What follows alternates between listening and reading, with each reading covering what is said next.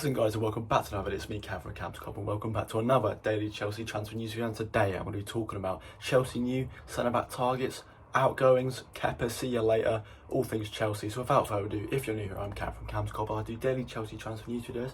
So if you want to stick around with all things Chelsea and Chelsea related, subscribe, like, comment, all that jazz. 500 subs soon, and without further ado, let's get on with the first story. Now, the first story is going to set up what I'm going to be talking about today, and that is that Todd Boehly and Chelsea are intent of giving Thomas Tuchel what he wants, which is 2 more centre-backs and 1 more wing-back, not to mention another signing in the attack/midfield. Now, bearing that in mind, Chelsea are really looking to make 2 more centre-back signings, which I'll be talking about. Starting with Gvardiol from RB Leipzig. As we know, I've been speaking about him in many videos and how he could bolster our centre-back line. And apparently coming out today from Fabrizio Romano is that Chelsea made an offer to sign him with a swap deal with Timo Werner. However, that was declined, and RB Leipzig are not willing to sell. But the thing is, as we know, money talks. RB Leipzig are more of a feeder club in the Bundesliga. Of course, they're a great team. They played Bayern Munich and they only lost 5-3. But let's be real, they sell all their great talent for money and just reinvest like Timo Werner, but he wasn't great. Now, speaking of Timo Werner, he looks like he's going to be going the other way, but not in a swap deal, either to RB Leipzig or, as it was coming out yesterday, Newcastle, who said they were going to match his £270,000 a week wage. So rather than taking a pay cut to go to Leipzig, Werner could go to Newcastle and get some more Premier League football, which I wouldn't be upset about. But speaking of Gvardiol, he's a great centre-back. He can also play at left-back, right-back. He's versatile, which is what Chelsea need when it looks like either Alonso and Emerson are both going, as well as Azpilicueta.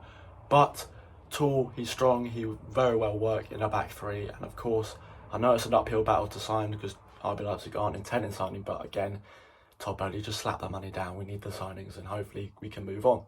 Now, secondly, speaking of more centre-backs, of course, I've been talking about in the last couple of videos, and that is Wesley Fofana. Now I'm going to go back to Fabrizio Romano, who also said Chelsea are intent on buying him and our top priority target, which is good. He is the priority, so hopefully all the effort that going behind the scenes at Chelsea right now before we play against Everton should be going on Wesley Fofana. Now again, Leicester don't want to sell, but as I've said numerous times on this channel, Leicester are the only team in the top 7 league who hasn't signed a player, and that is mainly down to lack of funds. They're even losing Kasper Schmeichel. So yeah, that just shows you all they need to know. Now, as I've said before, Leicester are looking around £75 million, but again, we know Leicester and getting money. They asked for 80 million for Ben Chilwell. We got it down to 50, so hopefully that can happen again. But like Gvardiol, Wesley Fofana is a great centre-back. Like Jules Koundé, he's French, but he's tall. He's not a midget and he has Premier League experience, so that is also a plus. And that's why I really rate him. So I think Chelsea should put all their eggs into the Fofana basket, because before the start of the season, I'd like to see at least 1 centre-back signing to come through the door, which would be great. But enough about centre-backs. Let's go into an actual signing we've actually made. This is a double header because there's 2 good news in one. So, Kepa looks like he's going to be going to Napoli on permanent or a loan deal. It looks like he's going to be a loan, but then permanent, fingers crossed. But coming in is Solania from Chicago Fire. Now he's touted as one of the best new prospects goalkeeper in the world. He's like 6'4", he's massive. Again, sorry to say I don't watch the MLS, but I've watched loads of comps and he's playing really well. The MLS is already on now, so I got to see a glimpse at him. But the thing about this deal is that we've signed him, he's playing for Chelsea, but he's going to be on a season-long loan with Chicago Fire, which hopefully means Kepa, get out, Solania, get in. Hopefully that really helps. So that's our 3rd sign of the summer. Thanks Todd Boehly. Again, Chelsea fans are still pissed because we're looking for more, but if the season transfer window were to end, you'd give it a B+. Anyway, on to more story. Speaking of youngsters, Chelsea are touted with Arsenal to sign Inter Milan youngster Cesar Castell from Inter Milan. Now, touted as one of the best young talents coming out of Italy.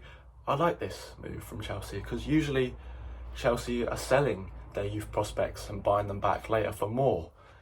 Yeah, so hopefully like this we can scout a player young like we did with Eden Hazard. Not saying he's Eden Hazard at all, he's a midfield player, but again, Arsenal, lots of Premier League clubs are interested in him. Inter Milan are giving it £20 million price tag, so I think just snap it up, slap him in loan, or maybe just bake him into the team.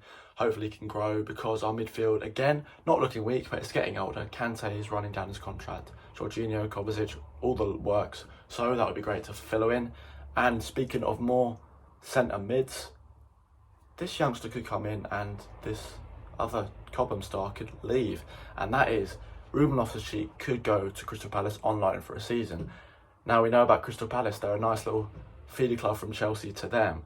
We've given them players like Michy Batshuayi, did well in his first loan term, not as good as second. Conor Gallagher, Ruben Loftus-Cheek the first time, and of course not on loan, but Mark Guehi's been pretty decent. So yeah, would I like this deal? I don't know.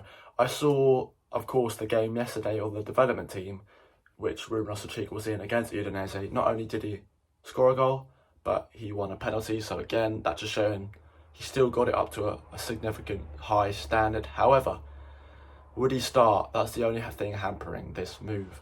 I feel like if Thomas Tuchel has him in his plans to start, then it'll be a bad move. But again, if he's going to rot on the bench, give him to Crystal Palace. Looking like they're going to be a top half team this season, so that's great. Anyway, that's the news story for today. Thank you guys for watching, and I'll see you tomorrow where hopefully we're edging closer to deals. And yeah, like and subscribe, all that jazz. See you tomorrow.